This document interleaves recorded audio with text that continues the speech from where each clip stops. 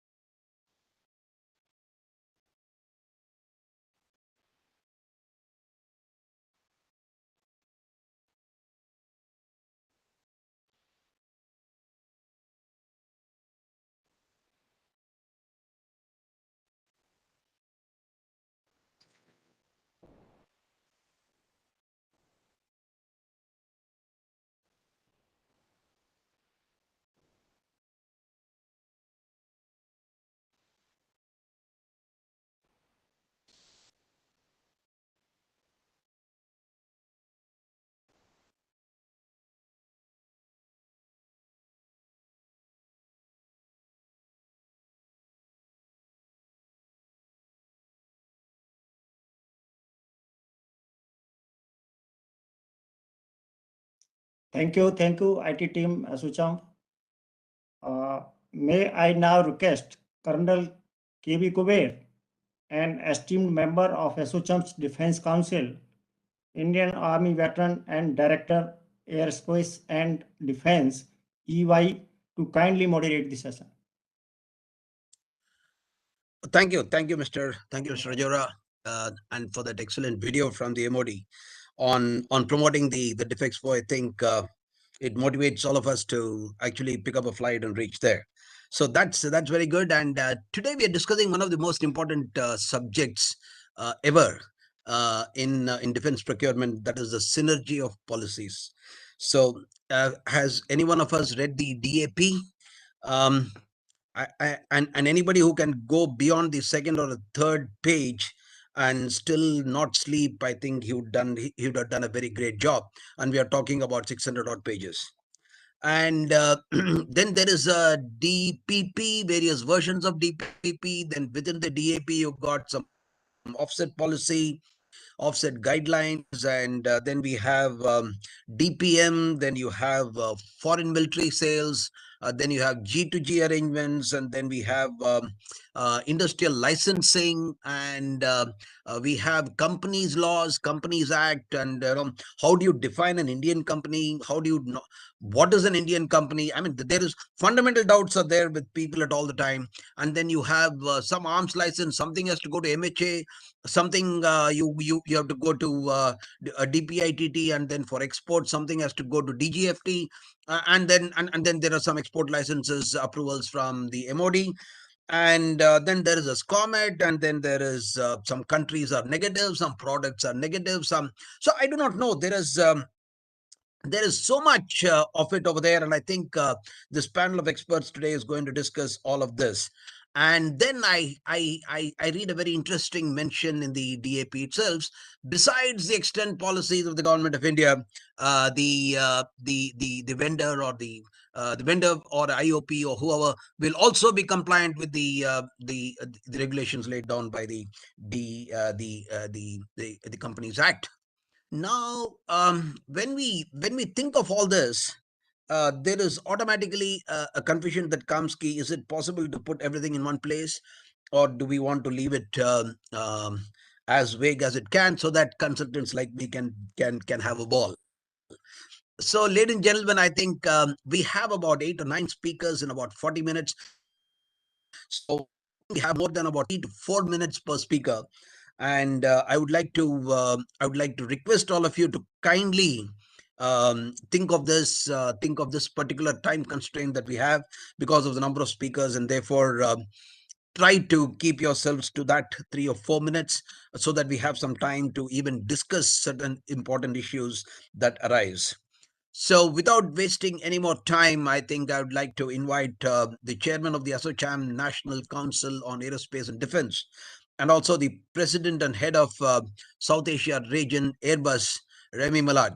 Remy Millard for the theme address. All yours. Well, thank you very much. Dignitaries, my industry colleagues, ladies and gentlemen, a very good afternoon to you all.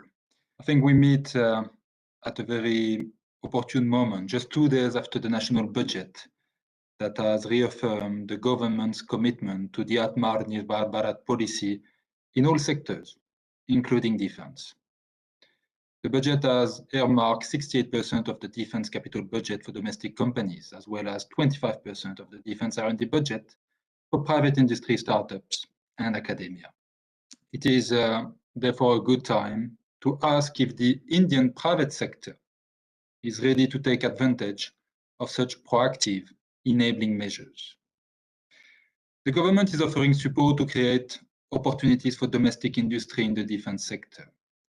However, so far, DPSUs have shouldered the burden of leading this charge, leaving the private sector to play a limited supporting role. To benefit truly from the government's Atmanirbhar Bharat policy, the private sector must raise its ambition more than before. The Indian private sector today needs the right partnerships with DPSUs, with foreign manufacturers as well, to rise up the value chain and become large-scale system integrators and complex platform manufacturers. In fact, the government's Atmanirbhar Bharat campaign correctly visualized a prominent place for the Indian private industry when it introduced the strategic partnership model in Chapter 7 of the DPP 2016. The SP model represents a rare and long-awaiting opportunity for the private sector to make a breakthrough and establish a sound defense industrial base. However, we have observed in recent media reports that this most unique and critical objective of the SP model, that an applicant company should be a private sector company, might be under review. We believe that any dilution of this enabling provision will only serve to undermine the government's own fair intentions and perpetuate a non-level playing field against the Indian private sector, which is an equal partner in contributing towards building an Atmanirbhar Bharat. Because of its uniqueness and criticality for the Indian private defense industry, the global investor community is closely following the SP model for any signs of policy instability and uncertainty of regulations. Again, in recent months, we have read in the media about the cancellation of various ongoing tenders within the frame of the Atmanirbhar Bharat. Why it's indeed the prerogative of the customer to do so, such cancellation midway through the process not only costs time and resources for the participating companies, it can also lead to wrong perception about the government's commitment towards its own policy and regulations. I would also like to draw your attention to another enabling and encouraging policy announced by the government, but one that seems to be languishing now, the leasing option in defense procurement. Leasing is a practical, it's a realistic means for the armed forces to meet their operational needs. Leasing has many advantages. Equipment can be made available quickly, deployed faster. Financial outgo is considerably low and no long-term investment is required to create support infrastructure. Leasing is complementary to the capital procurement process, yet progress on leasing is slow and the industry is still waiting to see the first contracts under this policy. And my final point is on achieving operational excellence in execution of the tenders to avoid protracted timelines. The Indian defense acquisition process can benefit from speed of doing business. Capital acquisition takes an average of more than 5 years, resulting in technology obsolescence and non-delivery of equipment to the end customer in a timely manner. Protracted timelines also delay the much required maturing of the Indian industrial ecosystem towards achieving Atmanirbhar Bharat. Well, dear colleagues, very often the best of intentions can fail on the touchstone of perception. And investor perception is built around factors such as policy stability, regulatory certainty, and respect for deadlines. And coming back to the private sector, to the Indian private sector, I believe we are as much a stakeholder in national security as the public sector. And our role in no manner diminishes the role of the latter. Yet the private sector is nowhere near the DPSUs when it comes to procuring large contracts, partly because of its own capability and capacity constraints. But I'm confident that the government will find the right balance between the public and private sectors when it comes to the holistic development of the domestic defense industry. So let me again welcome all dignitaries to this very important seminar, and I hope today we will deliberate together on concrete actions to further develop our defense industry. So thank you very much, and over to you. So thank you, Remy, for those lovely comments. So what we'll do is we'll call you again once we have all the speakers, just to summarize from the chairman's point of view. From the chairman, as the chairman Defense Council, you can summarize and welcome Mr. Judge. So if you can hold on, we'll call you back again. So to hear as to what an electronics major of the world would probably tell us, I think it's time for me to call my dear friend Ashish Saraf, the Vice President and the Country Director, India, Thales. Yeah, Ashish, all yours. Thank you, sir. Respected Shri Sanjay Jajuji, ASDP, Shri Mohammad Nur Rahman Sheikh, JSMEA, my colleagues from the industry, good afternoon, ladies and gentlemen, and thank you, ASSOCHAM, for inviting Thales to share our comments. Also, congratulations for maintaining the Defense Expo dates, and we hear that now it's going on as per schedule. That's going to be clearly momentous from the standpoint of making a strong statement that India is coming back to business and hosting large-scale events like the DefExpo. So we are very excited about that. Also, congratulations to Government of India for the recently announced budget. It clearly exemplifies the fact that there is a focus on Atmanirbhar Bharat. The allocation of 68% of defense procurement for domestic equipment and industry is a huge positive step towards Atmanirbhar.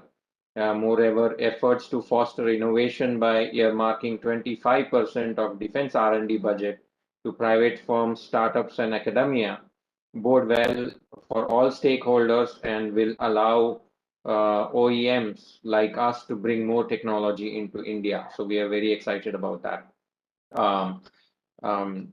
Since we have limited time, I will very quickly say that Thales has been in country serving the country's self-reliance goal since several decades now.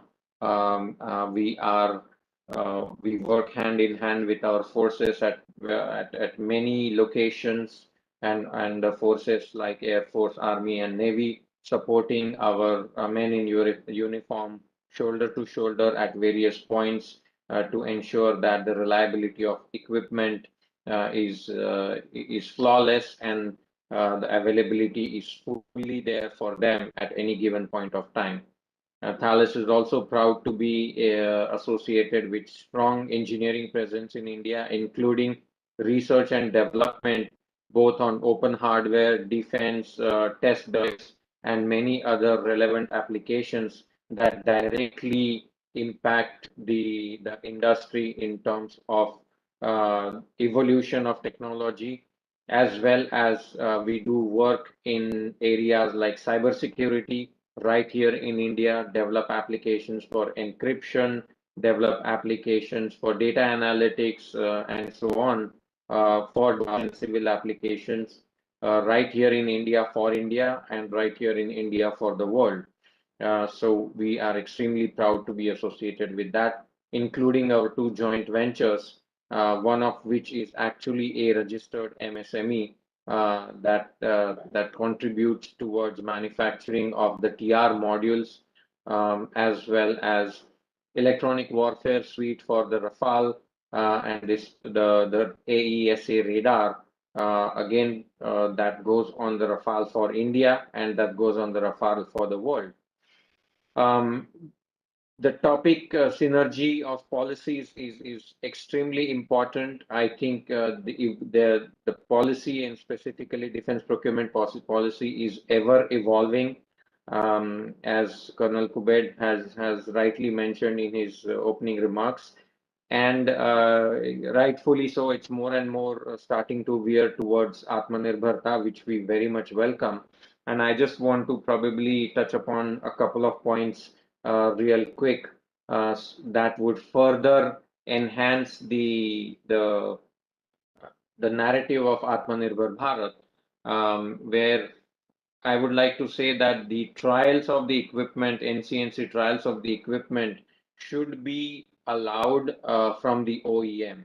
What that would do is, number one, it would accelerate the process and also ensure that the Indian companies need not really invest upfront to create a prototype, which pretty much mirrors the OEM's technology, but will allow the forces to trial this equipment in an accelerated manner, and obviously also lessen the investments from Indian partners, because if the prototype, for example, is not selected, the Indian partners' investment might not be fruitful. So if an OEM equipment is allowed to participate in the NCNC trials, naturally when it passes, there will be a clear contractual transfer of technology that will be agreed for Indian programs, and that only benefits the forces, the MOD, as well as the Indian companies. So I think it's a key topic that potentially could be taken into consideration, where the trial equipment from an OEM could be allowed. Timeline for transfer of technology should be taken into account. Like I have been always saying, good things take time. The technology that is there for defense that needs to be transferred is exhaustive. It just does not involve transferring of blueprints. It involves hand-holding, it involves certification, first article inspection, qualification in terms of explosives, and so on. And there is a need to take the timeline into account to manage and plan for proper timelines for transfer of technology. Now, what that means is that if the transfer of technology timeline is taken into account, then we need to also accelerate the programs that are now earmarked as Make in India programs, because the transfer of technology, including qualifying and enabling the Indian partners to do manufacturing as well as maintenance, MTO2, is going to be an exhaustive process. So the faster we launch these programs and the faster we bring these programs to fruition, the better it would be for the forces to get the equipment in their hands, the better it would be for the Indian industry to absorb the technology, and better it would be for OEMs like us, who will actually enable us to handhold our Indian partners to efficiently make the technology transfers. Third point, future development and IPR could reside in the joint ventures or the joint arrangements that have been done by the OEMs and the Indian partners. The transfer of technology is not a one-time process. Transfer of technology involves transfer of technology, base technology at certain point of time, which is more of a snapshot.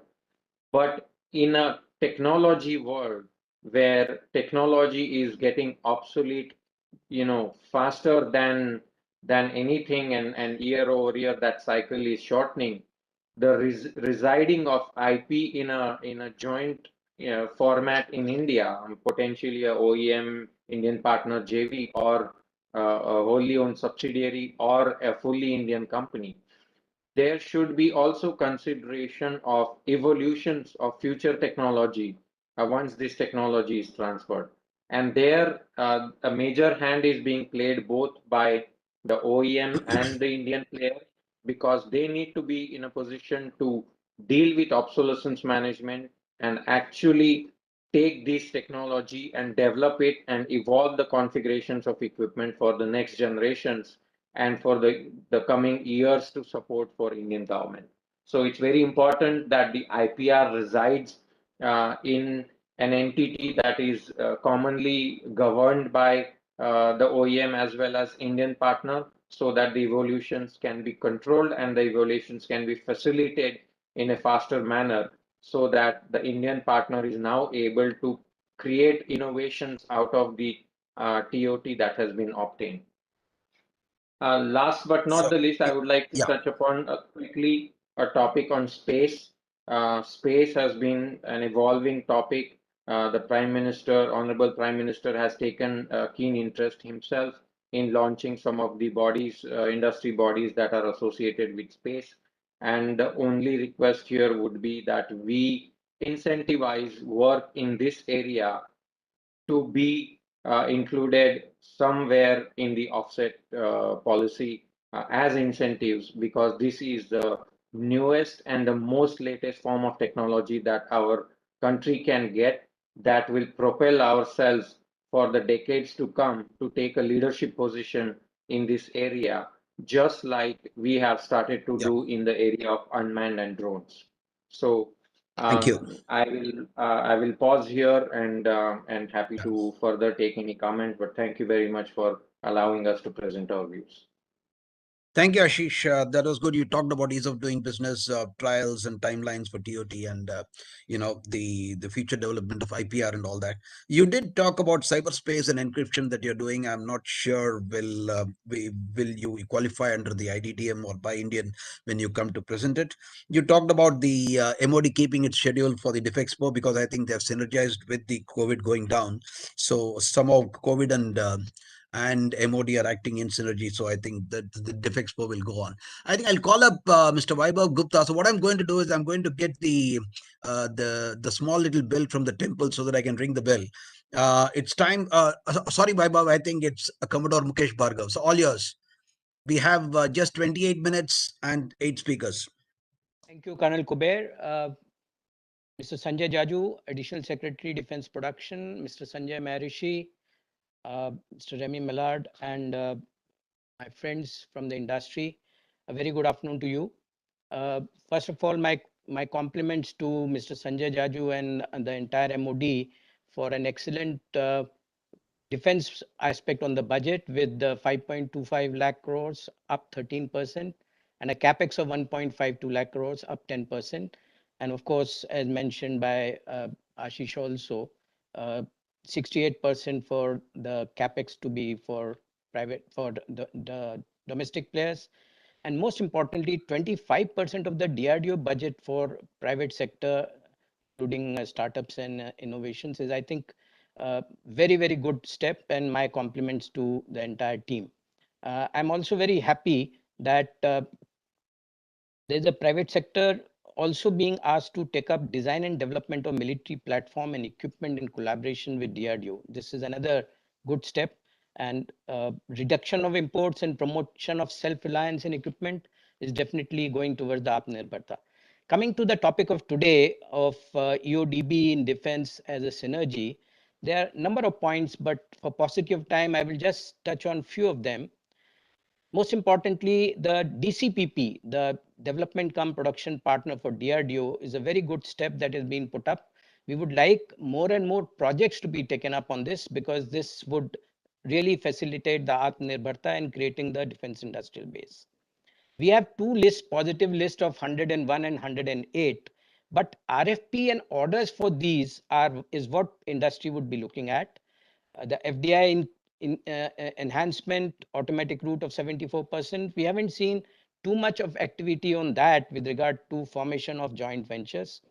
On the offsets front, I think the flexibility of IOP on the details of IOP permitted even after the contract signing, creation of an offset portal, faster processing and greater transparency are some of the very, very far-reaching aspects which need to be complemented.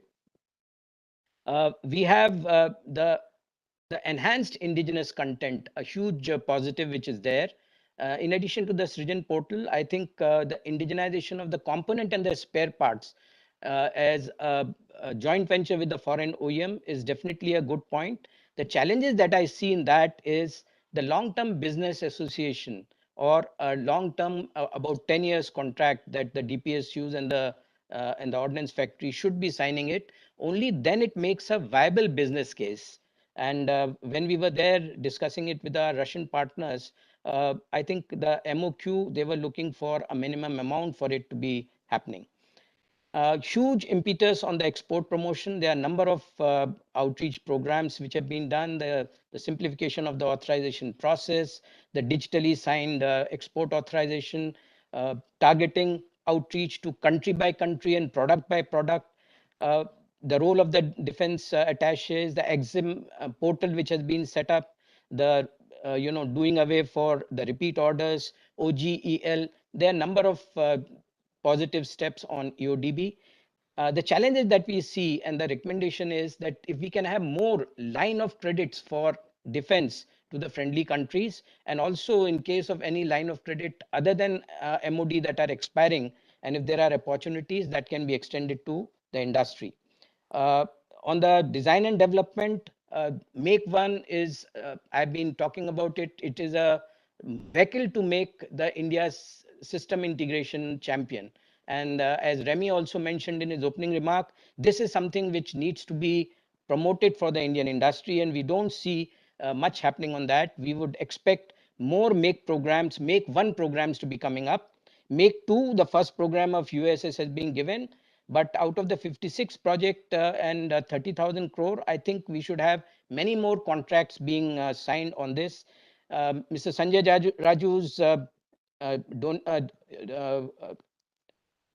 IDEX project, 4 rounds have already happened with 84 startups and a grant of 38 technologies. We see more and more contracts getting signed in terms of deep technology, cybersecurity, 5G, and the building blocks of Industry 4.0. This is what my recommendation would be. On the test facilities, definitely a positive step. ERV, the third-party inspections are all positive steps. I'm very happy with regard to the drone policy which was announced in 2021, and also the drone Shakti and the startup for skilling of courses at the ITIs is definitely a very positive step, and this needs to get promoted even more. During the beating of retreat earlier this week, we saw 1,000 drones demonstration, which is only, I think, the 4th country in the world to be able to do that. That only shows the competence of the industry to move in a fast forward mode and step up on the movement paddle, and that is something that needs to get promoted. Defense R&D for startups, industry, and for academia definitely is a big step, and we would see that industry will take it with both hands. In addition to the 108 products that have been announced by technology that have been made available by the DRDO, this would be definitely a positive step going forward. Last points that I have is we would look at the government moving in the defense also for the EODB 2.0, the next series of reforms that can be done, and there are points that can be shared with the additional secretary, and also for ease of living, using the IT bridges and also single point access for all the services that are available from the MOD to the industry, standardization, removal of overlapping compliances. These are some of the points that can be taken up. And last but not the least, a shorter corporate exit from 2 years to 6 months that has been announced. I think these are very positive steps. My compliments to the initiatives that have been taken, and we look forward to a proactive and positive interaction in a proactive manner, as is being done in the past years, to continue under Mr. Sanjay Jaju and his team. Thank you very much, Colonel Kuber. I would take up any questions if there are later. Thank you, sir. Thank you for that. With your knowledge, I think you can go on and on. There are so many more things that you can tell us. So, in the interest of time, what I've done is I've put a timer, and you'll be getting a thing at the end of 4 minutes. So, Vaibhav from MKU, the man who's been in the front leading this company in many ways, including technologies and in fact a lot of exports. Yeah, Vaibhav, all yours. I'm starting this clock now. Thank you, sir. Good afternoon, everyone. Good afternoon, Sanjay Jaju, sir, and Sanjay Maharishi, sir, and my industry colleagues.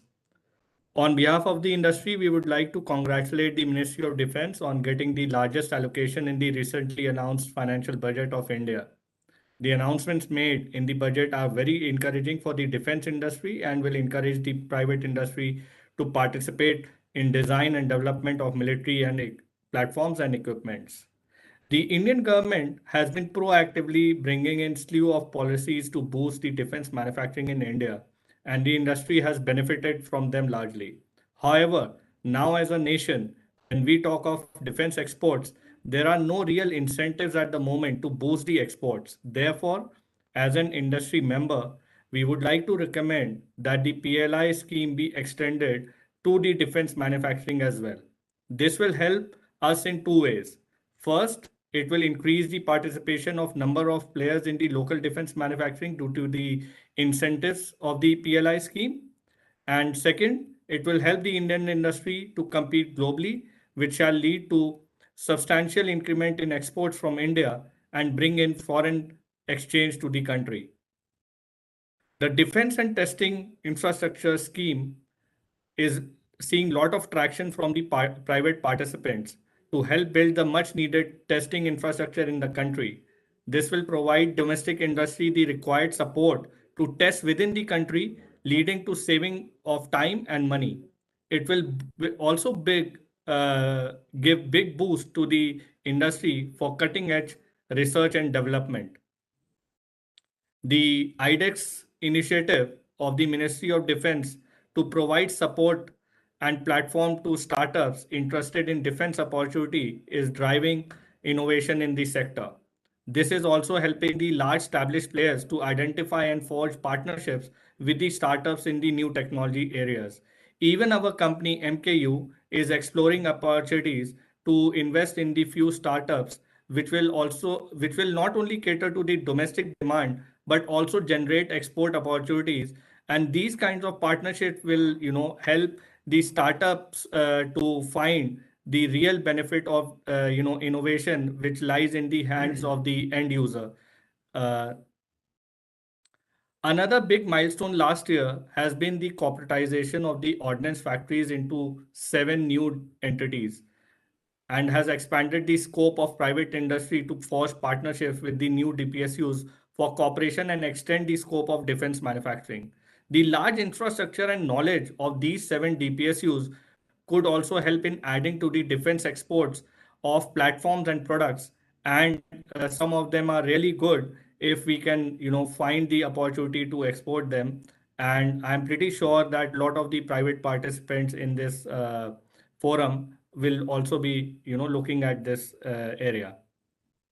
At the end, it is our suggestion that the Ministry of Defense should be the nodal agency for meeting all the regulatory and other compliances required by the private industry in the defense sector to help in ease of doing business. This will provide a single window mechanism to the industry and also help in faster execution of clearances, as the Defense Ministry would be better equipped in terms of knowledge to deal with intricacies of the products and technologies related to defense. That's all from my side, sir. Thank you so much, and Jai Hind. I can't believe that you're done in less than 4 minutes. So that's really great. And even before the thing came on, so I had to close that. But that's good. You talked about the PLI scheme. I'll be very keen to know. We can have a discussion if you can give us some sort of an idea as to how you can bring about a PLI scheme. Let's say even in your own field, like BPJs. So I'm very happy to take it to the MOD on your behalf. So that is one good thing. You talked about the largest allocation to the armed forces. I'm not sure if it's good enough. So I leave it at that. It may be the largest amongst all the other ministries, but I don't know if it's good enough for the armed forces modernization the way they are. And you talked about the DTIS and the exports. I generally believe that with two of you, L&T and you talking, who are exporting and talking about it, and you never mentioned a word, which means there is a lot of synergy in exports, and I think that's good news. So with this, I think, but you made a very interesting point on nodal agency, and I think that is important, and the single window, if what you meant. So I think I'll call upon another very illustrious person from an illustrious company, a technology company, Anand Technologies, Air Vice Marshal Banoji Rao. Sir, all yours. Good afternoon, Mr. Sanjay Jaju, and good afternoon from friends from the industry. I have seen a lot of important points have been discussed, like Mr. Ashish told that the trial equipment to be allowed from the OEMs, that's a very important point.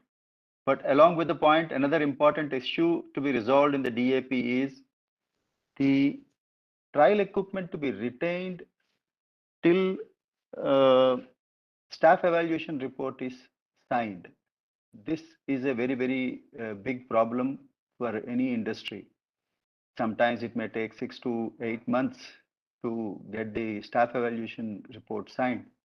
So this issue may be seen by the Ministry of Defense. I will just briefly touch upon the points which are meant for ease of doing business. We have spoke about drone policy, and the drones as a platform is being addressed. But the most importantly, the drone weapons and loitering munitions are going to be the future of armaments for the military. Being an armament specialist, I feel the India will have more and more, or not only India, in the world over, more and more loitering weapons and more drone weapons. We don't have any policy on the armament QA, armament certifications, armament licensing for drones. That is the payloads. Similarly, common ELINT payloads of drones. The QA and certification issues need to be addressed, because who will be the in charge, whether it is the DGQA, DGAQA, or any other special agency. Because if let's say if you involve CEMILAC will try to follow the same policy as if it is being done by the fighters.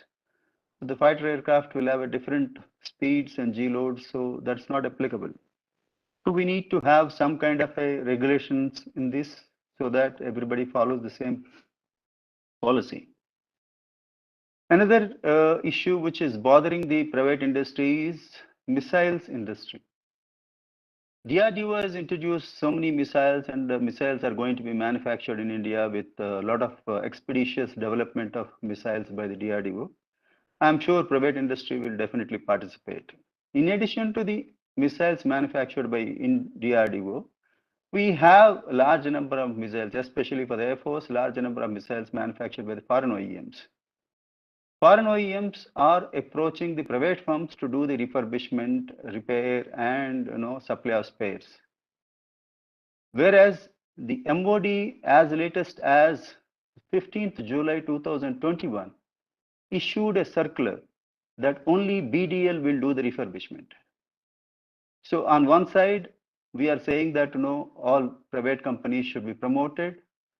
And in fact, the Anand Technology signed an MOU in presence of MOD with a missile manufacturing firm in Russia for conducting this refurbishment, but now the opportunity is being denied.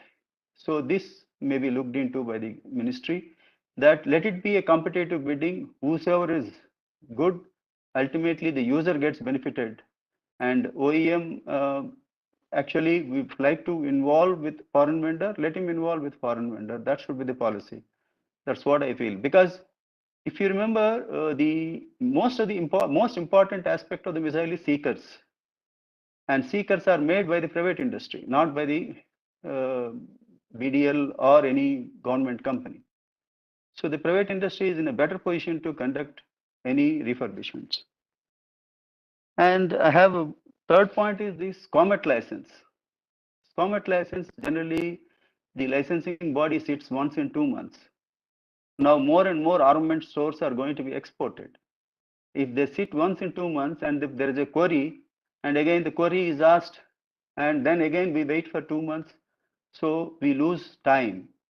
So Ministry of Defense need to involve to see that this Comet license periodicities may be increased, because we are thinking of going to be an export nation. So the licensing also should match with the aims of our dreams of exports. The third thing is IDEX is one of the best platform government has initiated. And I suggest if we can look into the financial limits to be increased depending on the types of projects, so that IDEX is completely Indian design and development. We'll be able to develop more weapon systems with increasing timelines. Remember, the DRDO, each program is funded so much of money. So if a private industry is expected to fund the entire money in the one project, it's not possible. So that's my one of the point is that increase the limits. Then one of the most important point which Commodore Bhargav pointed out is long-term contracts. 10-year contracts is the one which facilitates the industry to see, okay, if we train a manpower, if we establish an equipment, then can we retain the manpower and equipment for next 10 years to meet the targets? So this is the most important issue. And the other important issues have been spoken by my industry friends. So at this point, I leave it to the Colonel Kuber. Thank you, sir. Thank you. So in the additional 1 minute, you did that, other it will start blinking again. Unfortunately, I can't help it. It blinks on time. So I think you made a very important point on the refurbishment of things, which is reserved for EPS. And on one side, we talk non-reservation, and here we are actually reserving certain things. And I think that level playing field point that you're bringing up is a very, very important point. You did talk about this comet. I think that is important, and I'm sure the additional secretary will take care of that. The financial limit to IDEX, I really believe, but then Vaibhav says we've got the largest budget, and in the largest budget, we cannot afford to give more than what we are giving today in IDEX. So it has to be larger than the largest budget if you want more money into the IDEX. And the periodicity of Comet, of course, I think that's a very good thing that you talked about. Thank you, sir. And without much ado, I think there were about 124 of these engines ordered. And I think the person in the limelight is Ashmita Sethi. And I'm talking about the PW100 for the C295s. And of course, I think the largest number of engines flying in the country is from Pratt & Whitney. So Ashmita, all yours, the timer starts now. That's unfair, Colonel Kuber. Timers for some, timers for, and no timers for some. Anyway, I'll try and keep it within. Okay, we'll not have timers for you. Okay. Anyway, I'm very honored to be here amongst all of you. Colonel Kuber, the chair of the committee, Remy Maila, and Ashish Saraf, and Commodore Mukesh Bhargava. So without thanking all of you more than this, I'll start. I think what I want to bring in here, because all my other colleagues and counterparts here have spoken some very important points, let me bring in something new to this, which is that India's aerospace sector is at an inflection point. So before we talk about synergy of policies and ease of doing business, it's important to understand where we are today as a defense and aerospace ecosystem versus where we were 7 to 10 years back. I do believe that, we from this point can actually leapfrog to becoming a major global competitor if we get our act right. India has already exported defense equipment worth $1.1 billion in 2020-21 compared to exports we were doing, let's say in 2014-15, which was about just $200 to $250 million. So there's been also, as we saw in the budget, which all of you have mentioned, the major thrust from the government through policy and other measures to encourage this self-reliance and Atmanirbhar Bharat theme. India also had pushed MRO reforms to position itself as a regional hub. I'm now talking of the defense and aerospace sector here holistically and not just emphasizing the defense aerospace sector, because I'm going to talk of commonality in which there is huge synergy, I feel. So last year, 64% of the defense capital acquisition towards procurement was in domestic procurement. And this year, it'll be about 68%. So I'm sure we'll achieve that target. And that in itself is a great positive direction. R&D will be opened up to the industry at 25%. That is also, a great push by the government. However, it is important to note that while India moves towards this positive goal of self-reliance, it should take into consideration that global partners will always be essential to a robust and thriving and strong aerospace ecosystem in India. Foreign OEMs have helped to drive this growth story and self-reliance in the past 7 to 10 years. They have, companies like Airbus, Boeing, Pratt & Whitney, etc., have all shown their commitment to build and invest in India. Our own sister company and we ourselves have about a total of 5,000 employees in India and several sites across India, which export out of India in millions of dollars, bringing that export to India. So now these OEMs are waiting to achieve scale in India. And how do you achieve scale? The government needs to support how we achieve scale, because this will be essential to the growth of the sector, I feel, going forward. And commonality between the civil aerospace sector and the defense aerospace sector is very important here. As companies build more and more, this scale will be very important. When we look at the laws of physics, they are the same between both civil aerospace and defense aerospace. So, why this distinction? The government should streamline the process of,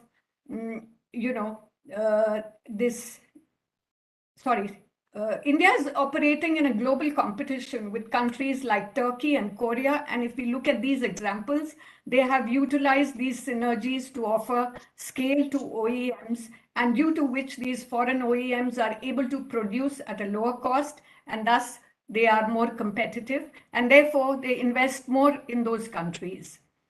Similarly here, what I'm recommending is that there should be this synergy between civil aviation sector and defense aviation sector. Just a quick example, currently in the DPEPP, it stated that investments in aviation sector which help in co-development and strengthening defense ecosystem would be facilitated in association with the Ministry of Civil Aviation. In contrast, the DAP 2020 does not really encourage or focus these synergies. We've taken these recommendations to the MOD and hope that these divergent policies towards the same goals would be aligned. Finally, I want to bring in one more point, which is that we need synergies in policy making and their on-ground implementation between the Ministry of Defense, the Ministry of Finance, the Ministry of External Affairs, the Ministry of Civil Aviation, because all of them are moving towards the same shared goals. When there is ambiguity on clauses and notification or on their implementation on ground, the confidence of the OEMs to move ahead and invest is certainly diminished. One example is the issue of rationalization of the GST rates on labor for MRO and bringing in aircraft and engine parts for the purpose of the very same MRO as the government had intended when it decided to jumpstart the MRO industry in India in 2020 by bringing in policies, reforms, etc. But as we can see, nothing has really taken off the ground. GST rate on labor was reduced to 5%, and on components and parts which are imported in, they still continue to attract a GST rate from 18% to 28%. The government had intended, this would all be zero rated down to 0%, but that clearly has not happened. Another example between implementation of policies and is... Ashmita, we are running out of time, please. Yeah, so this is just another 2 lines, which is about recognition of the Indian offset partner. Recently, as you know, Colonel Kuber, and you've been talking about it with other OEMs, is a note on the DOMW website that stated that a wholly owned subsidiary of a foreign vendor is not eligible as an Indian offset partner to discharge offset obligation. This again is going contrary to what was stated, again, as you say, in the company's law, in those acts, in a previous DPP policy, where clearly an Indian offset partner is defined as a subsidiary also of a, foreign OEM. So that's all I want to say. Thank you. Thank you, Ash. In fact, I told my timer not to sound, but it has a very bad habit of sounding. So how much time did I take? You talked 5 about minutes? the 5 inflection. minutes? It doesn't matter. No, it doesn't matter. So inflection point, you talked about the inflection point, the need to scale. You talked about, many speakers have talked about the 68% being allocated to the domestic industries. I think it puts a pressure on the domestic industries and also a huge responsibility. I do not know if the Indian industry is actually. So I think Commodore Raveshwaran will be able to tell us more, because these large industries should be able to tell us if the policies are so synergized and they are happy going ahead with this. All yours, sir. Thank you, Colonel Kuber, Mr. Sanjay Jaju, Mr. Rahman Sheikh from MEA, my colleagues from the defense industry. I can see many friends here on my screen. I can see Remy, Ola, Ashish, Dr. Kansal, Commodore Bhargav, Vaibhav, amongst many others. Ladies and gentlemen, a very good afternoon to you. To the pertinent question that Colonel Kuber raised as a moderator, our government has made a clarion call of Atmanirbhar Bharat in May 2020, and it is in furtherance of Make in India theme, which was announced in 2014. The aim was to increase the share originally of the domestic GDP and the manufacturing sector, which was then at 17% to 25% by 2025. Also, defense sector has been identified as one of the 25 champion sectors and thereafter now as a strategic sector. In pursuance of this national mission, Ministry of Defense has launched several policies, several reforms to change the landscape of the defense industry. I'm certain our colleagues from the government will speak about this in detail of the several initiatives that they've taken. Yet I'll make a mention in the passing of a few. The positive indigenous list has been wholeheartedly welcomed by the domestic industry. The DAP 2020 prescribes a very clear focus for a vibrant, dynamic, and capable defense industrial base in India. There are adequate provisions to improve the indigenous contents in all products. This is a great step in the right direction, not only to meet the intent of increasing the Indian domestic manufacturing, but also for targeting the ease of doing business, which is one of the key considerations. Allocation of capital budget, many people have spoken about. It is very welcome. And while the bulk of it goes to DPSUs today, we do look forward to a healthy mix while going forward. And another point that comes to my mind immediately is exports, where our government has announced its intent to access all possible export opportunities to our friendly nations. However, today, we are only at the tip of the iceberg, I think, as mentioned by Remy. We are only exporting small parts and components. There could be one odd company like Mahindra Defense that exports platforms or the recent BrahMos sales. This needs to change. We need to start exporting platforms out of this country, and this is something that I'll also dwell upon. So while a lot of work has gone into ease of doing business in the last 5 years, I would think that we have reached a point where we need stability in policy. We need stability in policy, and we have to move wholeheartedly towards implementation of this policy. I say that again, the key is implementation of this policy. Of course, incremental improvements of ease of doing business is important, and this will be an ongoing process. Therefore, the key question here is that we need to deliberate what are the transformative steps that we need to take as a nation. I will leave a few thoughts behind with our colleagues here so that we can dwell upon these. The first point that comes to my mind is to stop creation of monopolies. This is important both from a business environment perspective and from ease of doing business. It is recognized world over, unless there is competition, it will not foster innovation or bring about improvement in quality. Further, if contracts are awarded on nomination basis without competition, our targeted high growth could be adversely affected. Today, we have monopolies in the defense sector, and we as a nation have to consciously move away from that approach. That being said, perhaps the most transformational step is the implementation of the strategic partnership model with the private sector without any dilution. Only then will we move up the value chain and will private sector start exporting large platforms like helicopters. Indian industry has applauded the MOD for moving forward with the strategic partnership model by releasing the EOIs for helicopters and submarines. All of us look up to MOD for implementing the decision of the CCS, our cabinet committee on security, for implementation of the strategic partnership model. From the industry, we feel that this is a logical next step to make our aerospace ecosystem stronger in our quest for Atmanirbhar Bharat. New jobs will be created, a new ecosystem will be ushered in, and importantly, we will see a sizable amount of FDI also coming in. Of course, as the previous speaker mentioned, scale will also get generated, and this is something that will also get targeted.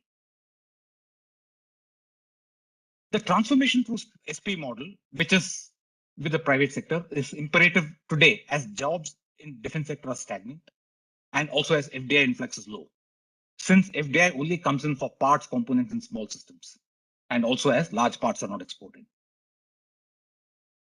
And through the SP model also, we will ensure that monopolies will not be created or encouraged, competition will not be fostered, and most importantly, a second manufacturing line in addition to the existing private sector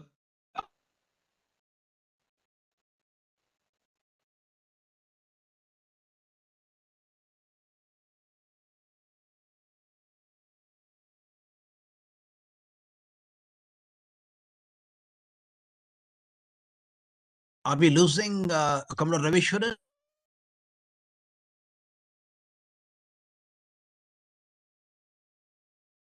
Yeah, I couldn't hear him towards the end. Okay.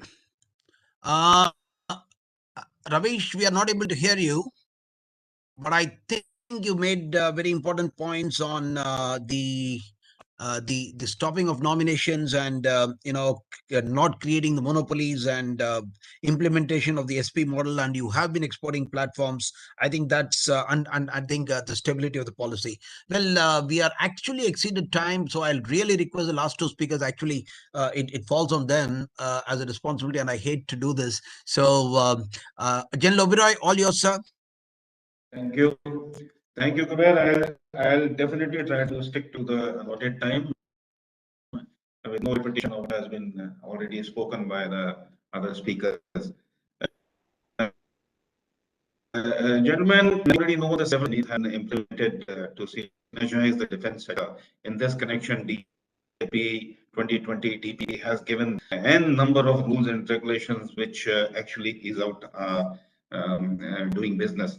I will just highlight, I'll rather give just two recommendations based on what the budget allotment recently has been. An excellent point has been that the main thrust has been on domestic production, and especially for the capital layout, as it was given last year, it was 58%, and now the current year it has gone to 68%. Rather, the next year it has gone to 68%. What we have to realize and say that it is the ease of sustaining in business which is more important, and we have to give incentives to the others to join the business. We have to see this, ladies and gentlemen, if the orders are not placed with the industry and the budget is left unspent or surrendered at the end of the fiscal year, the industry will collapse without sufficient demand, however good our rules or regulations could be. In this connection, I would like to mention that in the recent budget, we were surprised to see that the allocation of the capital allocation for the army was the least this time. It was just about 21%, with Navy getting 31 and Air Force getting a little over 36.8. And what we read in the media, or rather current year allocation of 36,481 crores was given, but the army only. It is surprising when the industry is craving for supply of. Why should the fund? Well, we are nobody to question that. I'm sure better than is there are some procedural delays due to which the sanctions could not be granted. Then this should be designated as a non-lapsable fund. It should be carried forward, and not that they should be surrendered and it finishes off. That is my one recommendation. And second is that the new scheme of the DRDO, DP, Development Come Production Partner, that is an excellent scheme, and this should be given a thrust, where the industry in the R&D is incorporated right from the very beginning. And earlier, the DRDO was producing prototype, DRDO was doing all the user trials, development trial, and everything. Now the prototype comes from the industry, and an integrated trial is carried out by the user, development agency, production agency, quality assurance agency. This is something superb. This is a great step, and they should be given a further thrust. My one more recommendation is to get the new investors Today we have got a defense investor cell. Probably we require something little more than that. A new investor who has no previous knowledge of the defense sector. Maybe he is entering into the defense sector new, or he is switching over from his core business, which is something different. It requires a very detailed knowledge of entering into the defense. He requires a knowledge of what are the products that are required. What is the wish list of the Army? This is already being issued by the Army Design Bureau. What are the 1,000-odd beautiful, wonderful technologies which the DRDO has got, can be provided to them, and these DRDO technologies all can be absorbed into the defense forces. What are the requirements of the defense forces for the next 3, 5, 6, 10 years? Based on that, he would know, he would get an idea he requires what should be the size of his plant, manufacturing unit, how much money he should invest. Now, unless an investor gets the real knowledge of what is the requirement, what is the product, what is the sellability, what is the competition, he is very reluctant to enter into a defense production. Not taking time, we have improved our ranking, 79 positions, and but we are the third largest startup economy in the world after USA and China. Therefore, being happy with 63rd position, I think it's a wake-up call for us. We should be somewhere in the first 10 positions. Therefore, we definitely need to be somewhere in the first 10 and must keep on working further with improve banking and attract the investors to make us realize our plans of becoming a $5 trillion economy at the earliest. Thank you and Jai Hind. Thank you, General, for that. You talked about the unspent money, the ease of sustaining business, and the unspent budget. And I think I should remind all of us that MOD is the only ministry which houses the finance ministry inside it. And yet we end up not spending money. I don't know why. So that's something that we need to ponder about. And yeah, you did talk about the new investors' knowledge and things like that. I think that's very important. Without much ado, because we are waiting for the keynote and the special address from Mr. Jaju and Mr. Noor Rahman Sheikh. So, but then I think it's time for Ola, and the last word to you, Ola, before I call Remy back into this. Thank you. Good afternoon, distinguished guests, speakers, ladies and gentlemen. It's a great privilege to be part of this seminar building up for DefExpo. Now we only wait to see that the quarantine regulations are being removed as well, so we can have a lot of international guests coming in. Now, India being the second largest defense market in the world is without doubt a very attractive market for an OEM. But as been alluded to earlier, it's also challenging when it comes to certain issues. I will try to mention a few of them, because when investing money into a project that might result in a future contract, you need predictability. And that doesn't matter if you're a foreign OEM or a private Indian company. And that said, the procurement process in India takes time. From an RFI to someone being awarded a contract, it's not unusual to see timelines that for at least 5 years, or if not longer. And during that period, many prerequisites that lay the foundation for different bids has changed. Now, over the last years, I've been here now since 2018, several policies have seen major changes, mostly to support indigenous capabilities and build up of a self-reliant India. Now, myself being from a small country from the northern part of Europe, who have achieved just that, I fully understand and respect that ambition. But at the same time, India wants to attract foreign OEMs to invest in production facilities in India for the Indian market, but also for the export market. Now, the new DAP 2020 with the latest updates in 2021 is for sure the foundation for future procurements, and have refined the playing field of defense procurement. But that said, there are certain technologies or components that are not available in India, and taxes and customs makes it challenging to import them and at the same time be competitive. In the same manner, certain raw materials are not available in India, like specific quality aluminium or carbon fiber of demand specification. And once again, it's hard to actually become competitive when importing these articles. So this all creates obstacles in the overall ambition to build up indigenous capabilities when it comes to design and production of high-tech products.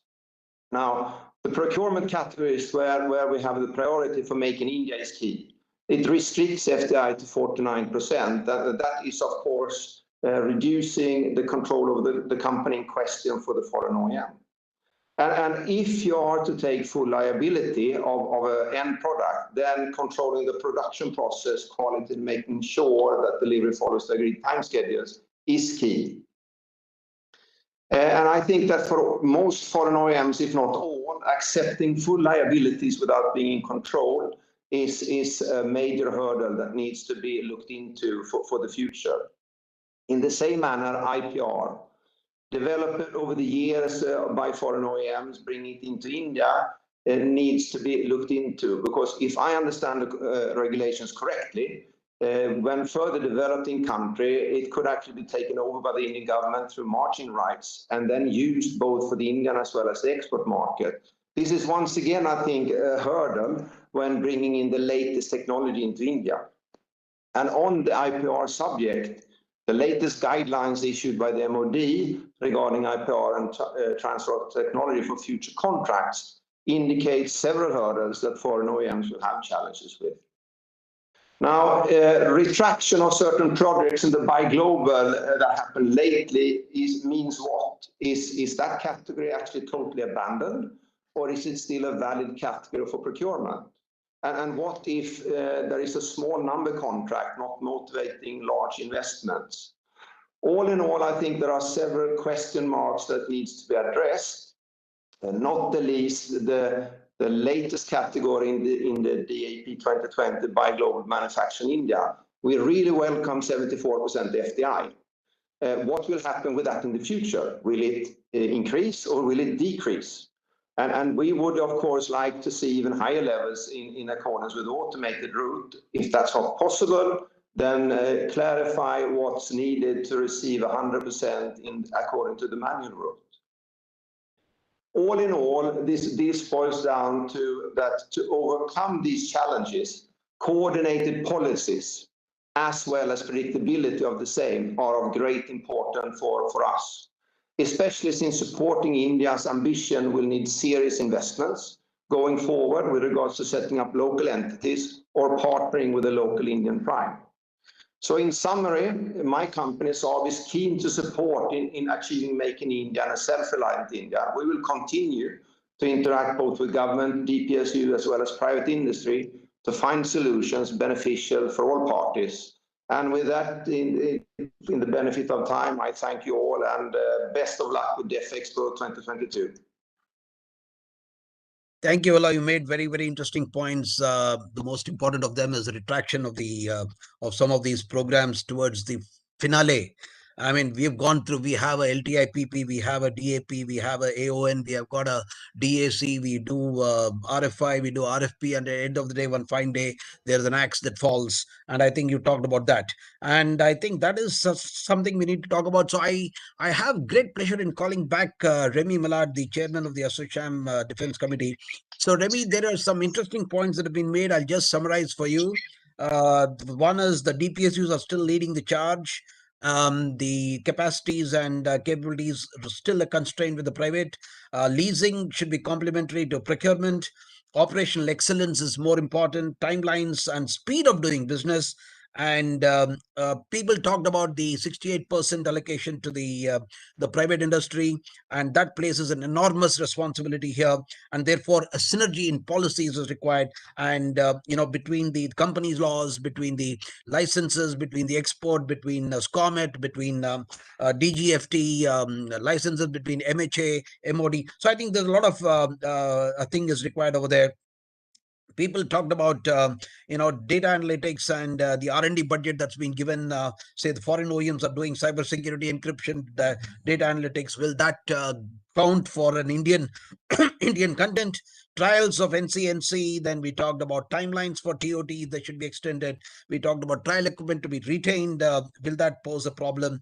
SCOMET and then DPSUs being asked to do the refurbishment in place of private industries who today are making missiles, and they are technologically intensive, and IDEX financial limits, if it can be increased, and then that we are at an inflection point, and I think we need to do a lot of synergy here, and stability in policy that's required, and ease of doing business.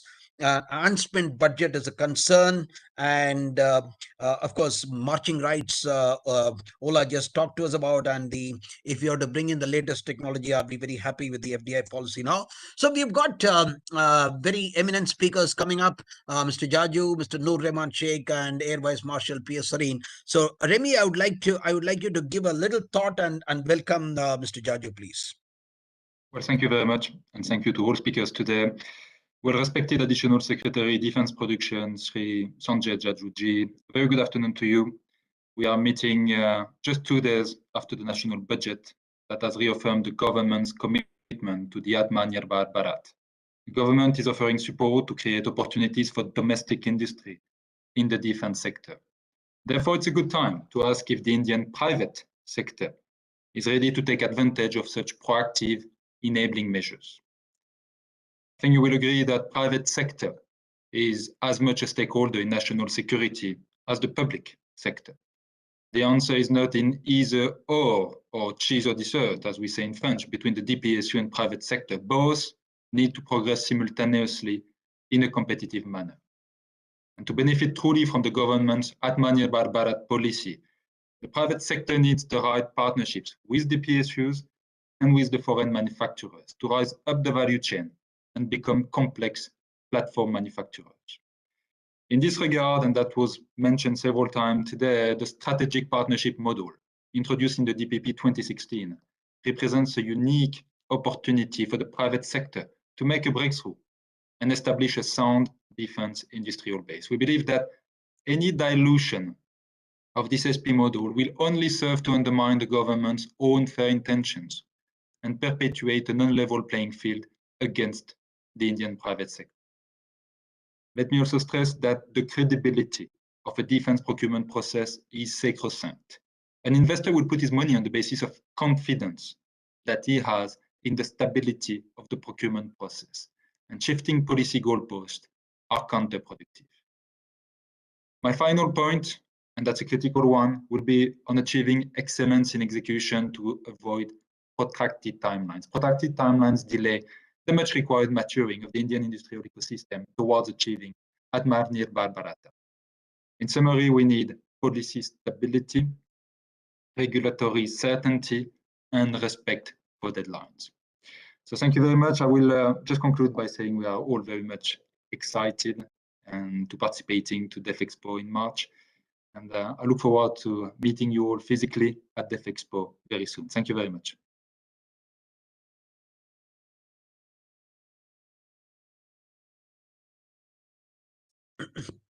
So it's time for me to call upon Mr. Sanjay Jaju, the Additional Secretary, Defense Production, Ministry of Defense, Government of India, who's going to enlighten us, as he does always, with how this synergy has already been achieved, most of it, and how so much more that can be done, and what else can we do to achieve the synergy, both in terms of synergizing of the policies and ease of doing business.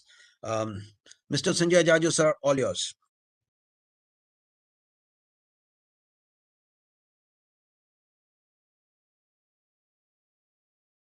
I still don't see Mr. Sanjay Jaju on the screen yet. Maybe he's busy with something else. So in the interest of time, maybe I should go up to our special address today for Mr. Noor Rehman Sheikh. Noor Rehman Sheikh is the Joint Secretary in the Ministry of External Affairs. He deals with economic diplomacy. They do a lot of yoga at home. I've seen some of his Twitter posts, and both in Manipal, his talks in Jeddah, and how he has been a vocal encourage what the vocal encouragement that he gives to people, and the way he motivates. So here we have synergy of policies between the MOD and the MEA, especially in terms of exports. There are some countries which are banned, and there are some products which are banned, and then there is some. Can we have a green channel? Can we have a red channel, a yellow channel, and how we can manage this? And even in terms of FDI, and when we talk of military diplomacy, on one side we're talking of exports, and second side we talk of diplomacy. I think I leave it to you, sir. All yours. Thank you, Colonel Kuber. It was very nice of you to have reflected on some of my Twitter posts. Well, I'm also an ex-NDA, so there's a lot of affinity to defense and other things. I think I'm audible, right? Oh my God, sir, that is excellent, and I have to double welcome you when you say you're ex-NDA, and we are really talking about military diplomacy here. Yes. And I'm 59 NDA, just for records. I'm 99 gold, sir. Thank you.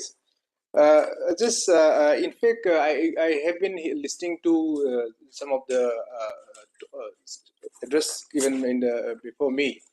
And then I think the sense I get is basically of one of optimism, of we are not happy with the current rankings we have. Of course, we being the third largest in terms of or highest in terms of military expenditure is nothing to be proud of. But of course, we are more into Atmanirbharta, with self-reliance that is very deeply ingrained in our system. Buoyed, of course, by the Make in India and Atmanirbhar Bharat Abhiyan, Indian defense industry ecosystem is at a crucial juncture in its journey towards achieving the goal of self-reliance in defense production by indigenizing the defense modernization, as also concurrently establishing Brand India in the global defense industry by direct exports of cost-efficient indigenous equipment and systems to deliver performance and frugality through innovation. And I think India's recent ranking of in the Global Innovation Index of 46, I think we have a lot of scope to improve it. In fact, I heard one of the speakers say that we should be in top 10. Why not? In anything that we do, we should be in the top 3 or 5. That should be our target. And I think there's a lot of whole of India approach, whole of government approach, whole of industry approach is very much visible in the times that we are currently seeing. Since opening of the sector for participation by the private sector in 2001 and promulgation of defense procurement procedure, every aspect of Indian defense sector, be it policy, organization, procedure, or stakeholders approach, has evolved to indigenize the defense sector. And over the past few years, it advanced to the overarching narrative of Make in India and for the world. Therefore, themes such as ease of doing business, creating a vibrant defense industry ecosystem capable of indigenous design, development, and manufacture, IDDM, of all types of military platforms and weapon systems, hierarchical prioritization for IDDM and other indigenous procurement, providing impetus for domestic manufacturing and accessing global demand to enable sustainable growth of the defense industry ecosystem have become dominant through the last decade or so. Much, of course, has been achieved across the value chain. Of course, we have all realized that COVID in the last 2 years, the pandemic has played some, obviously some played negative roles there, but I think we will, are resilient enough to make a comeback. And of course, much remains to be seen to be achieved through the self-reliant route, which we certainly will do. And then we being a very important geopolitical player, and then of course through the defense diplomacy that we do. MOD, of course, takes the lead in that, along with MEA and other agencies of the government that we do, of course, in coordination with the relevant industry players also. In the last 7-8 years, or in the last decade, Government of India has built on its international position globally, more importantly in the near and far neighborhood in Indian Ocean region. Some of these initiatives, as we all are aware, just for refreshing our memories, I'd like to point out. This includes 2+2 dialogue mechanism to combine the synergies of foreign and defense teams. which have been instituted. At present, there are defense and foreign secretary level dialogues with Japan and Australia, and the ministerial level with US. The frequency of foreign visits of Indian delegations, including chiefs of all three services, defense minister, defense secretary, and other key stakeholders from the sector, has increased remarkably. Of course, as we all know, COVID pandemic has been a bit of a break keeper, but I'm sure that this will be a matter of past in the near future. The defense diplomacy typically includes defense agreements, exports, providing aid for the purchase of defense products, joint exercises, maritime cooperation, and training. There are a number of bilateral military industrial conferences that have been held with different partners to explore mutually beneficial opportunities in the Make in India and Make with India framework. Military training teams are engaged with various countries, particularly in Africa. India's peacekeeping contingents are widely appreciated and acknowledged in the UN system. Foreign military officers from various countries, numbering about 40, regularly participate in India's higher level defense courses and get exposed to Indian defense capabilities. Some of the Indian defense entities are considering opening their business offices in various regions, like including in ASEAN, to access new markets in the region. India's membership to Missile Technology Control Regime of 2016, Western Agreement of 2017, the Australia Group of 2018 have removed several restrictions on defense exports. As we all know, there's up to 74% of FDI in defense is open for through the automatic route. These are some of the steps that have been taken up as part of the defense diplomacy. We are very sure that the enthusiasm that the industry has, the participation from the private sector, the easing of doing business for manufacturing locally as well as with tie-ups or technology access and transfer, India's defense exports will only increase. Of course, we also note that the exports at one point in time, it's almost about 11,000 crores in 2018-19, and which came to 8,500 or so in 2020-21. Of course, as we say, COVID is a factor. But as we all know, India has also set for itself a target of $400 billion for its merchandise exports for the year 2021-22. And in fact, all the missions, all the Indian missions abroad have been given this target to reach with each of the country. And glad to share that so far 334 billion worth of export, merchandise export has been achieved so far for this current financial year. And we are very confident that this export will certainly close for $100 billion easily. So something like this, if you are able to do in defense, will be great. I mean, like, you know, we have having these country-wise targets where our missions are also told clearly that this is the target for you and you have to work towards this in coordination with, of course, the MOD, the defense attaches, the industry, the MEA, and everyone involved. It would be great. It would lead to certainly, making the target of the defense exports increasing much beyond the current figures to achieve. So there was the thoughts that I had in terms of defense diplomacy, in terms of what we can link up with the export targeting that we already are currently doing. And I believe that with the current environment, with the current atmosphere of a very competitive India that we are, with a lot of emphasis on Atma Nirbharta, ease of doing business, on innovation, we believe that the defense industry will grow. The defense exports will certainly reach its milestones in the near future. Thank you very much for giving this opportunity. Thank you all. Jai Hind. Thank you, Mohammed Noor Rahman Shah. That was an excellent rendition of what the MEA can do and how MEA is in coordination with the MOD to do this. I remember at some point in time, 2005-6, and always before that, there was always a Indian Foreign Service officer posted in the MOD as the Joint Secretary Exports. and I think that continued even as the PIC for some time, and I do not know what's the status now, but I think there has been always a great relationship between the two ministries. It is still there. It is still there, sir. It is still there, of course. Yes. Of course, it's still there, and I'm sure it's only improved.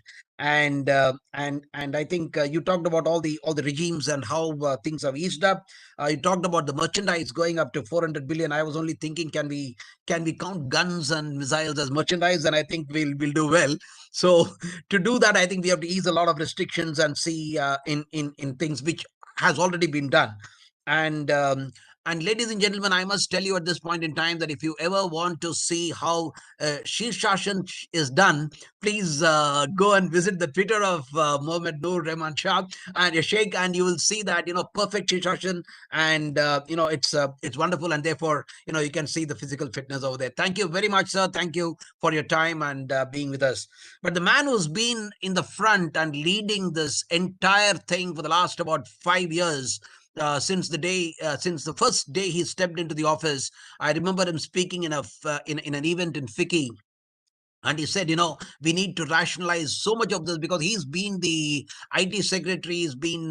He's actually revolutionized a lot in Telangana, and he's been in the forefront in revolutionizing most of the policies, the draft production and export policy, the licensing policy. I remember him sitting on the licensing committees and saying why we should not give you. He said, don't ever say as to why we should not give. Please say as to why we should give. Let's find those reasons why we should give the licenses. And today we have got more than 550 licenses, and I think the industry is doing extremely well. He has drafted the entire DPR for the 2 states. He came up with the policies for the defense corridors. He's coming out with a number of schemes in defense, and he's the man in the front today in taking production to the levels that we have seen today, close to about 80,000 crores. So, ladies and gentlemen, with a very, very warm heart and very wonderful day today, we welcome Mr. Sanjay Jaju to address us with the keynote address today. Thank you. Over to you, sir.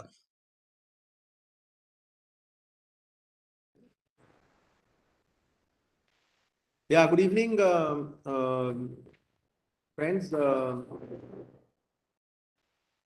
of you are aware that enhancing the ease of doing defense business has been one of our primary mandates in this department, and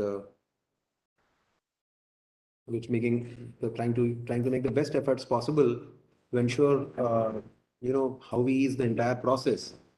In fact, if I can tell you last half an hour what I was doing, I was actually doing something similar to that only. There were certain problems posed by the industry, and we were trying to resolve some of those regulatory and procedural bottlenecks that sometimes come in.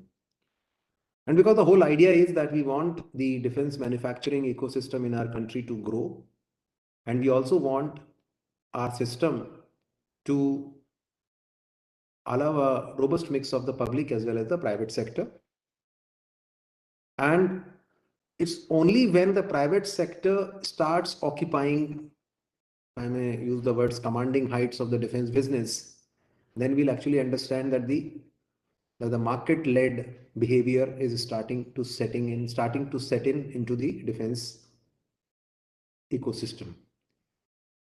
Good things are that now close to 550 companies have taken defense license, and this number used to be some paltry 150 around 2014, so it's almost like a 4 times increase. Of course, many of them are yet to commence business, but the fact remains that they have intentions to commence this business, and then they've gone through this entire process. They're going to abide by the principles laid out in the security manual. Goes to show that the process has become easier. A lot of reforms have been done in terms of the licensing. I recall correctly, the entire defense product list was streamlined, if I may use that word, because I recall when we had seen that list first thing, we realized that assault rifle was in one place, rifle was in one place. So now whether a rifle is an assault rifle or an assault rifle includes a rifle was a question. There were complications. People didn't know where to approach, whether they got to go to MHA under Arms Act, or they got to go to the DPIT at that time, DIPP for the IDNR Act, All such confusion was there. At the same time, the entire component ecosystem was subsumed within the licensing system as per the Arms Act and the Arms Rules 2016. So all those issues were resolved, and you came up with a final list, which actually tells you that most of the items actually have been kind of delicensed. The entire component ecosystem is completely delicensed. You don't require any license. And where you require license, the entire process was clearly spelled out. Under which act you require was also spelled out. And bulk of it was also delegated from the MHA to DPIT. And after that, under the IDNR Act, whatever was required has also been clearly spelled out. That's one fundamental reform that has helped our businesses. Second thing was with respect to the validity of the licenses. Under the IDNR, they were, I think, 7 years. They were extendable up to 3 years at that time, which has now been revised to 15 years and now extendable up to 18 years. Again, makes things much easy. Whenever I say things easy, does not mean that you don't have you're dealing, after all, you're dealing with things which could be fatal in the end, which are dangerous goods. It's not a chai and coffee business. It's a serious business. So of course you need to abide by the security manual, but the fact remains that while we intend to promote private sector, we are also mindful of the fact that the responsible private sector will ensure that all the provisions that are required for human security, perimeter security, information security when it comes to defense business would be imbibed by the business. And that is why all these provisions have actually been brought in, so that we could free the business from all such restrictions and expect that the business will be doing their work in a manner which allows them to conduct their business operations smoothly. And in fact, all these links are also available online now. So the application for even industrial license is made online. So this entire process actually has been one of our important pillars when it comes to enhancing the ease of doing business. The second part which has come in, you're all aware, is in terms of the foreign direct investment. You all know that now it's almost 100% of the FDI could even be 100%. You can bring 100% ownership in terms of the foreign direct investment. 74% is also under automatic route. Again, that makes things very simple. The entire civil aerospace is actually anyway 100% automatic. So you've a lot of synergies there, but still that itself makes things easy and simple. You would have also heard that now a lot of reforms are being envisaged and further improvements are being envisaged in the budget announcements that was made day before yesterday. And you might have heard a word called an independent nodal umbrella body will be set up for meeting wide-ranging testing and certification requirements. I think that will be a very important benefit. While already you have access to the testing infrastructure and the certification infrastructure as per the government order issued, I think this particular line in the announcement made by the Honorable Finance Minister would go a long way in sorting out your testing and certification problems. And certification and testing actually lies at the heart of any D&D effort. And again, under that, you would have noticed that now defense R&D is being opened up for industry, startups and academia with 25% of defense R&D budget earmarked.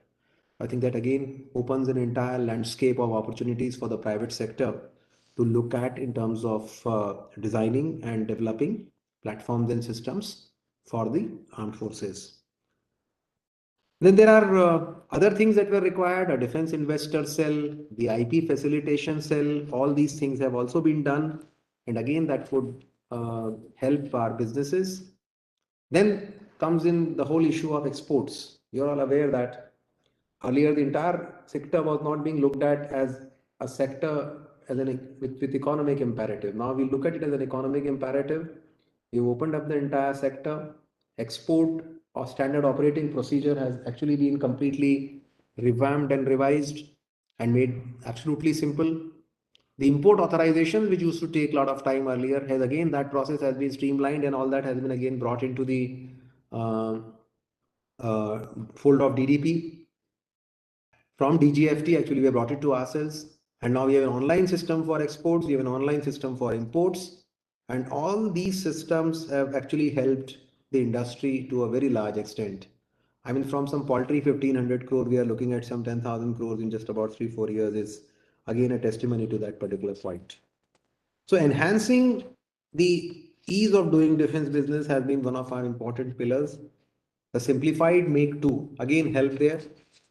And now you have 62 projects which are currently going on in which R&D work is being done in by the industry. And I'm sure all such efforts tell us that if we remove these bottlenecks, these problems that create red tape, problems that create regulatory hurdles for the business, we unshackle the business. I think the business, the opportunities that the business gets to devote their energy on business becomes easier and faster. And I have not included the process simplification which is there for all the startups that work with us. So that I think to a large extent has been responsible for improving the business. And I'm still sure this again a journey not complete ever. I mean, you have to keep looking at. That's why a point being mentioned that there are a few things which we have noticed in our recent conclave that we have done with the exporters on 27th. Again, a lot of suggestions have come in from the industry, and hopefully we'll bring all this again and again. Even in defense exports, we'll try and bring in defense exports reform 2.0, which will again further make things easy and hassle free for the businesses to prosper. So from my side, nothing else to add to.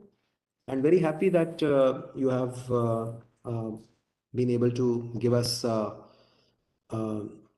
good platform to echo the points that we wanted to make. And it's a pre-DefExpo webinar. All of you know that DefExpo is not going to be there from the 10th, and we're expecting good participation from all of you. All those who have still not taken your spaces, I will encourage you to book your spaces, especially the MSMEs and the startups. It's important that you be there for the event, be there for the exhibitions, make business contacts, create networks, and beside that, it's a great opportunity for you to talk to the global military leaders who are going to be attending this important event. And I think this would also help you develop supply chain linkages with some of your peers and the global OEMs and the global leaders who are in the business. I think all of us know that the importance of defense as a very important economic and strategic imperative.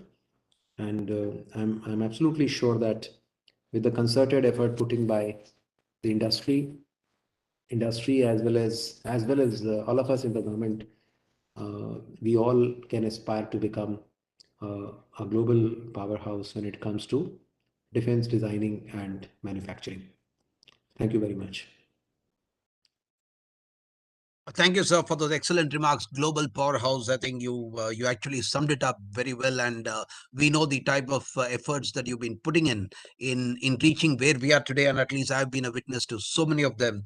And when you talked about your interaction with startups, I must tell the audience here, ladies and gentlemen, you should know that Bots Lab was first identified in IDEX, and they are a beneficiary of IDEX, and thereafter whatever synergy happened and the task, they never imagined that they would do 1,000 drones, and that task was given by the Ministry of Defense. I think that was an excellent initiative which happened from here, and that even identification of such gems in the country goes to the credit of Mr. Jaju and his team, because he leads the IDEX, and even opening up the defense R&D is an initiative that has happened due to persistence efforts. And I think, sir, thank you very much. That's been inspiring as ever.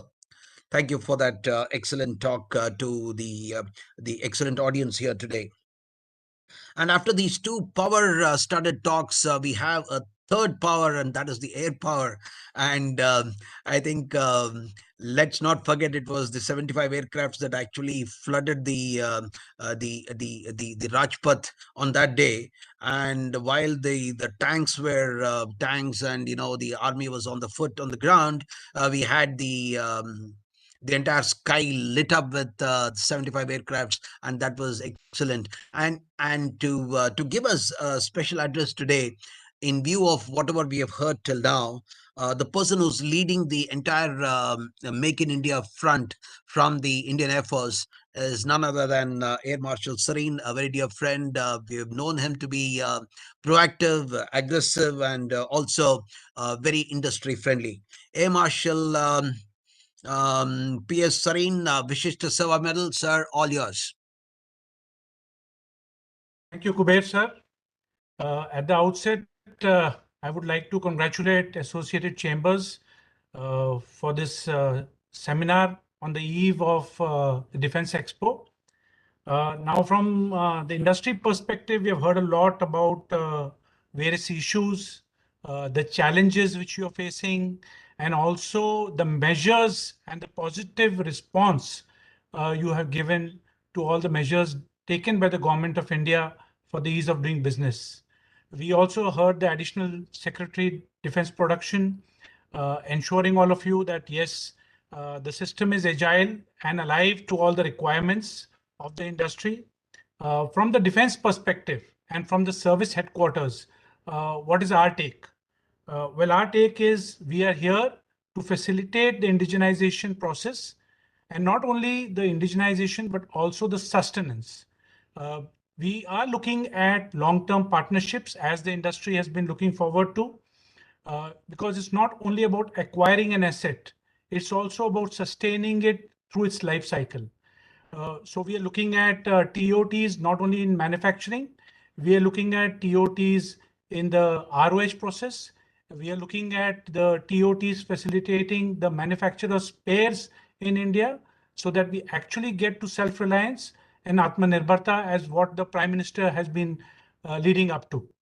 Now, towards this, what we are doing is we are trying to standardize the operating procedures and streamlining all the operating procedures at the service headquarters to ensure that we in no way contribute to these large time frames which the industry always talks about of the time taken for fruition of these various projects. So on behalf of not only the Indian Air Force, but also the remaining sister services and the service headquarters, I would like to inform the industry that we are very much alive and sensitized to your issues. Not only are we sensitized, at every forum, we are also sensitizing the ministry, and our requirements, we do ensure that our requirements stay current. We do not like them to become obsolete, and delays lead to obsolescence. So with these few words, I would like to thank the industry for giving me this opportunity. And please do not hesitate to let us know of any other issues other than those which we have noted down today, where we need to sensitize the government and the MOD. Thank you very much. Air Marshal Sareen sir, I think that was so nice of you. In fact, what you did not highlight is from the Air Force, one of the most interesting things that I see is your website, which is glamorous in terms of the information that you put across in terms of RFIs and RFPs. And I've not seen that happening in the other two services. And despite being from the Army, I would like to have said that they would do it, but I think Air Force does it extremely well. The number of spares, the number of, I mean, I see at least about 10 to 12 on a daily basis coming. And when I see, if I try to compare over a month or 2 months, I think we are talking about 300, 400 crores. And I was trying to guesstimate the value because the values are not given there. And I tried to do this out of sheer interest. And because you're showing so much interest, and I wish there is somebody who's at least reading those and trying to capitalize on it and rush to the Air Force, to the BRDs and say, here is what I've got. Thank you very much for that. And you talked about the ROH, you talked about the spares, you talked about the TOT, you talked about sustaining an asset, not just acquiring an asset. I think all these go a very, very big way. So, ladies and gentlemen, as we are coming towards the culmination of this, I must tell you that there are two IITs which join together and create a formidable force. There is an IIT Powai and there is an IIT Delhi. They took these two together, which is a father and son combination. They come up with a company called SMPP, who also have the largest orders, which they have bagged recently, and they are in the process of establishing a very huge facility in up north, and I think I will leave it to them to tell you that. But I have great pleasure in welcoming Dr. S.C. Kansal, the co-chairman on the ASSOCHAM National Council of Aerospace and Defense and chairman of SMPP, to deliver the vote of thanks. Sir, all yours. Thank you so much, Colonel Kuwait. Thank you so much. Let me first thank you with a special thanks for maintaining the time schedule, which is a very, very difficult task for any moderator. It's a very difficult task, and you have done it fantastically and very phenomenally. You have done it. Mr. Sanjay Jaju, Additional Secretary, Minister of Defense. Mr. Muhammad Noor Rahman Sheikh, Joint Secretary, Minister of External Affairs. Air Marshal P.S. Sareen. My Chairman, Remy Martin, and Colonel Kuwait in special. Yeah. So first, let me thank Mr. Jaju for confirming the DefExpo to be held. Earlier, people were in dilemma whether it'll be held or not, but now it's confirmed. Thank you so much. Because a lot of people, a lot of industry from defense are very enthusiastic to go to Gujarat, the vibrant Gujarat, for the DefExpo, including my company, who has taken 200 square meter for doing the DefExpo over there. We are doing it.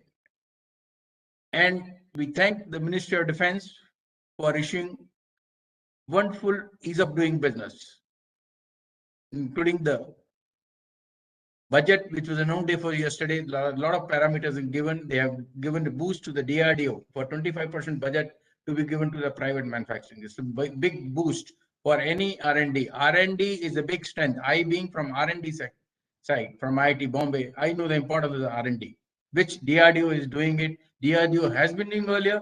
Now they'll do furthermore. I got experience of Mr. Dr. Moin, the Vedi's office. What a wholeheartedly help and cooperation they extend whosoever goes to them. They hold the hands and they do it. To achieve the target, I'll say minuscule target of $5 million trillion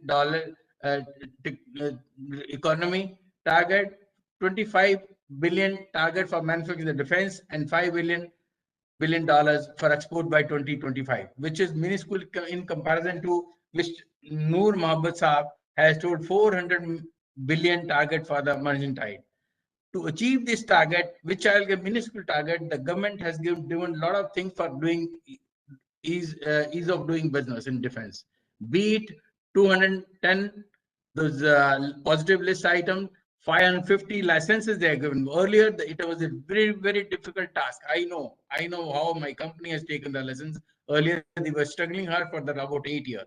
We got it within a period of 6 months. We got for the industrial lesson, which we are putting in Himachal in an area of 800 acres.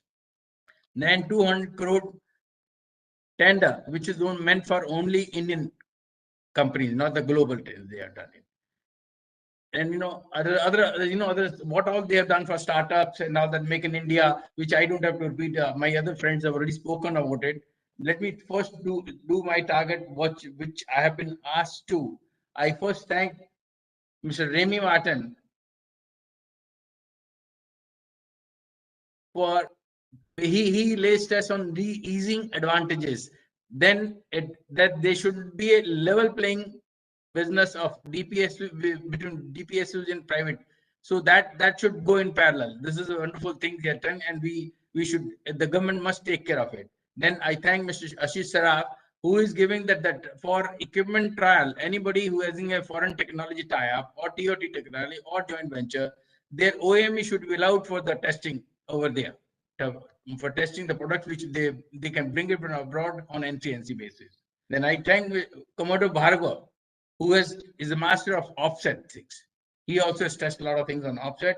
I thank Mr. Vaibhav Gupta, who has raised the issue of PLI scheme for defense also. He also has pointed out, it's a wonderful thing, he pointed out there should be nodal agency for doing the MOD single window clearance should be done. Then I thank Mr. Bhanoji Rao for the time schedule trials on the OEM products. In case they allow, the government allows, there should be time fixed over there. I thank Ms. Ashmita Sethi for the foreign global partners for robot business. If in case we have a foreign partnership that leads to the global for robot business, that she's of course right. And then they have to specify about this irrational GST. 5% she says for the capital and 18 to 20% for the spare part, which is a genuine thing. I think the government must take care of it. I thank Commander Ravi Sharan, who has from Ravindra, he is there should be export of platform, not the spares and part. The government must insist give incentives for the export of the platforms, full program. Then, of course, General O'Brien has pointed out the fund should not lapse. They should continue. They should continue in one form or other, or defense should place order, maybe in the form of repeat orders, because for the government or the MOD has to give a repeat order in case any company has infrastructure, they have developed the infrastructure in the huge by spending funds. Then he has pointed out the importance of the DRDO technology. That, of course, I already spoken about it. Then I thank Mr. Ola Regal for his wonderful remarks on DefExpo and other things. Thank you so much for all. Thank you, Kumar. I hope I stick to the time. So, yeah, thank you so much, sir. Ladies and gentlemen. Very, very important announcement. Lord Krishna says in the Bhagavad Gita, "Vyavasayatmika buddhi eko hi kurunandana, Baushaka hanantascha buddhayo avyavasayanam." So vyavasayatmika buddhi, a resolute mind goes in only one direction. I think MOD has got a very resolute mind in holding the DefExpo it's going through. And I think that's where we are doing good. I would request you all to stay on for 3 minutes for the play of the video, which is coming from MOD. Over to the IT team for the video. Thank you.